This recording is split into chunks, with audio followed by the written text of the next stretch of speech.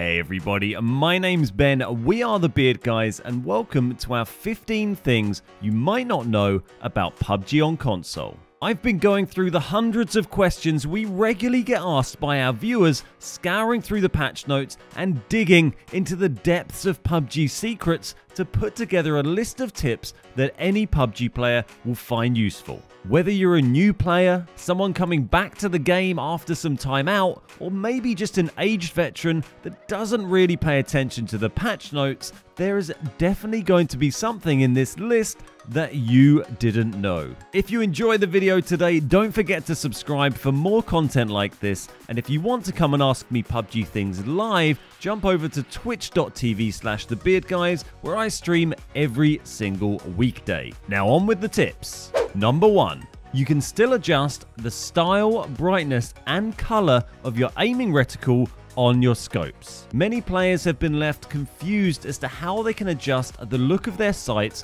on PUBG now, but the settings to change them have just been moved into the gameplay settings menu. From here you can adjust the type of reticle your red dot uses, as well as adjusting the brightness and color for the holographic, 2x, 3x and canted sights. Number 2. Vehicles in PUBG take different amounts of damage depending on where you shoot them. Since update 7.3, vehicles in PUBG have had 3 different damage zones. Shooting them in the engine will do full damage, shooting them in the body will do 75% damage, and shooting them in the roof will do just 50% damage. Number 3. You can shoot a pistol whilst driving a vehicle. One of the more recently added features to PUBG is the ability to shoot whilst driving. Pistols can now be fired from the driver's seat of a vehicle by holding in the right stick to draw your weapon, then firing it with LB. You press X to reload, and holding in the right stick again will put the pistol away. All sidearms can be fired from the driver's seat, including the Scorpion, though the sawn-off can only be used from a bike. Number 4. You can set hold to ADS. This one might seem pretty basic, but a lot of new players don't realize that you can do it. By default, your controls are set to type A, which uses a toggle for ADS. If you change your control type from the default type A to type B, then you will get hold to ADS rather than toggle. Number 5. You can customize your controls to allow hold to crouch, tap to reload, and create hotkeys to med and change seats in cars. If you go to controller settings and choose to make a custom setup, you can go through each individual button and change its functionality from a list of options. I use this to have hold to crouch bound to down on the D-pad, and then I have a paddle on my Elite controller which is set to down on the D-pad.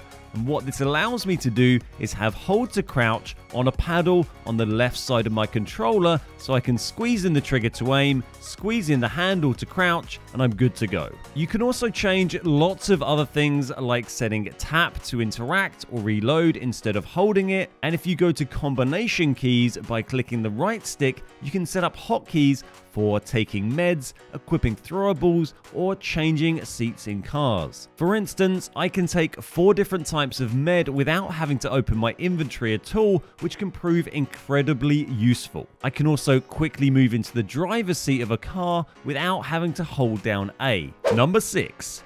You can inspect any gun up close. This is just a small one, but many don't know it and it looks pretty cool. If you hold down left on the D-pad, then you will inspect your gun and you can get a nice close-up look of your sweet gun skin. Number 7. You can make your helmet invisible. There is now a setting in gameplay options to hide or unhide your helmet. This will only hide it for you and not for your enemies, so you can't hide what helmet you have from your opponents. But if you do want to see your fancy hat you're wearing, or if your helmet is invisible and you don't really know why, then this is the setting for you. Number 8. You can change the size of your minimap during the game. Whilst you're in a game, if you hold down the back button, you can toggle the minimap size between default and a much larger version. Number 9. If you're wondering how people pull off drive-bys without the car stopping, there is a bit of a trick to it. If you just tap A to switch seats, you'll find that the car immediately slams its brakes on. But if you keep the accelerator held down until after you have switched seats, the car will keep coasting along, allowing you the time to try your hand at a drive-by. Number 10. Quick scrolling. You can scroll up and down through the lists in your loot menu by using the left and right triggers. These will move through your inventory 6 items at a time, making it much quicker to navigate through. Number 11. There are AI bots on PUBG Console, but they work a little differently compared to PUBG on PC. There used to be a minimum of 20% bots in every lobby you played. On console, however, this was changed so that if a lobby can be filled up reasonably quickly with real players, then it will do so. Meaning in most busy lobbies, you'll usually only have 1 or 0 bots per game. You may see exceptions to this if you're playing a quiet queue, quiet region, or quiet time of day, or if you have crossplay turned off, which, by the way, there's no good reason for unless you want lots of bots and slow matchmaking. If you want to see how many bots a game had, you can go to PUBGlookup.com and search for your gamer tag, and then you can see exactly how many bots were in your game. Number 12. You can turn off your vehicle's engine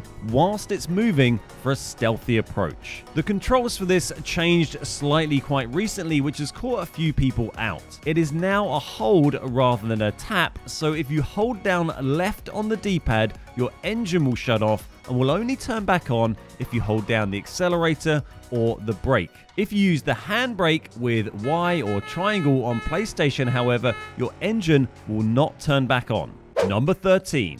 There are some important settings you might have missed. Under gameplay settings, there are a lot of handy little settings you can tweak to make life easier. This includes the ability to have automatic reloading when your clip is empty, to set your guns to use different default firing modes. So for instance, your guns are on full auto as soon as you pick them up. And you can also set it so your guns will automatically equip attachments to available slots when you pick them up. These settings are pretty customizable, so make sure you have a look through and set them up to give yourself an edge. Number 14. Team Deathmatch Loadouts. Found under the Arcade tab, TDM used to be restricted to a few set guns that you could use. But now, however, you can press Y to open a menu and select any gun you wish to use. It also gives you a selection of different scopes, and this is a great way to get some practice or warm up before a session with the squad. Number 15. You can emote in the lobby. Granted, this isn't the most important feature in the world, but it is one a lot of people don't realize you can do. If you click in the right stick whilst in the lobby, you can now select your emotes, allowing you to all have a lovely dance together before you head out into battle. This doesn't work in ranked for some reason, presumably because you must take ranked very seriously. So those are my 15 things that you might not know for PUBG on PlayStation and Xbox. I hope you found them useful, and if you have any tips that you think I might have missed, then drop them in the comments below and go and upvote any that you think are also great snippets of advice. Thanks very much for watching. My name's Ben, we are the Beard Guys, and I'll see you next time. So 45% US, and then maybe like 20-30% UK, I would guess, something like that.